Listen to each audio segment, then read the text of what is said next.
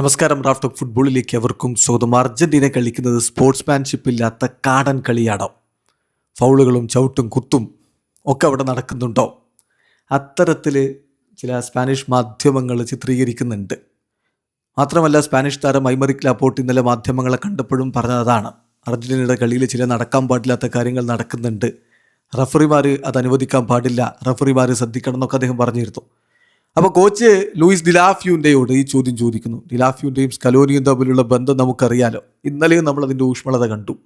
അവർ തമ്മിൽ നേരിട്ട് കാണുമ്പോൾ കെട്ടിപ്പിടിക്കുന്ന ഒരു കാഴ്ച, അവർ തമ്മിൽ ഉള്ള ബന്ധം എല്ലാവർക്കും അറിയാവുന്നതുകൊണ്ട് ഞാൻ വിശദീകരിക്കുന്നില്ല. അപ്പം തൻ്റെ ശിഷ്യൻ കൂടിയായിട്ടുള്ള സ്കലോനിയുടെ ടീം സ്പോർട്സ്മാൻഷിപ്പ് ഇല്ലാത്ത കാടൻ കളിയാണോ കളിക്കുന്നതെന്ന് മാധ്യമങ്ങൾ ചോദിച്ചപ്പോൾ ഡിലാഫ്യൂൻ്റെയുടെ മറുപടി ഇങ്ങനെയായിരുന്നു: ഞാൻ ആളുകൾ പറയുന്ന ഒപ്പീനിയനെ ഞാൻ ബഹുമാനിക്കുന്നു, ആളുകൾക്ക് അങ്ങനെ അഭിപ്രായം ഉണ്ടാവും. പക്ഷേ എന്നെ സംബന്ധിച്ചിടത്തോളം എനിക്ക് അർജന്റീന ടീമിനോട് വല്ലാത്തൊരു അഡ്മിറേഷനാണുള്ളത്. കാരണം അവരൊരു എക്സ്ട്രാ ഓർഡിനറി ടീമാണ്. 2 കോപ്പ അമേരിക്കകൾ അവർ വിജയിച്ചില്ലേ, ഒരു വേൾഡ് കപ്പ് അവർ വിജയിച്ചില്ലേ.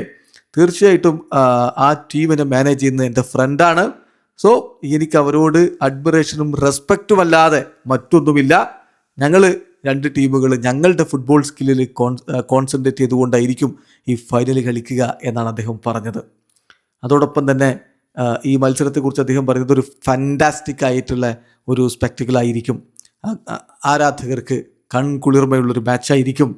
2 സൂപ്പർ ടീമുകളാണ് ഏറ്റുമുട്ടുന്നത്. ഒരുപാട് സിമിലാരിറ്റീസ് ഈ 2 ടീമിലെ താരങ്ങൾക്കും ടാലൻറ്റുകൾക്കും ഒക്കെയുണ്ട്. ഇനീഷ്യലി 2 ടീമും അവരുടെ ബ്രില്യൻസും അതുപോലെ സ്കിൽഫുൾ പ്ലേയും ഒക്കെ എടുക്കാൻ വേണ്ടി ശ്രമിക്കും. പിന്നെയുള്ള കാര്യങ്ങൾ റഫറിയാണ് നോക്കേണ്ടത്. ഒരു വേൾഡ് കപ്പ് ഫൈനൽ പോലെ ഈ കളിയെ നിയന്ത്രിച്ച് കൊണ്ടുപോകേണ്ടത് റഫറിയാണ് എന്നുകൂടി ഡിലാഫ്യൂൻ്റ് പറയുന്നു. വീഡിയോ അവസാനിക്കുന്ന ഫുട്ബോൾ ലോകത്തെ കൂടുതൽ വിശേഷങ്ങളുമായി റാഫ് ടോക്സിൽ എത്താം.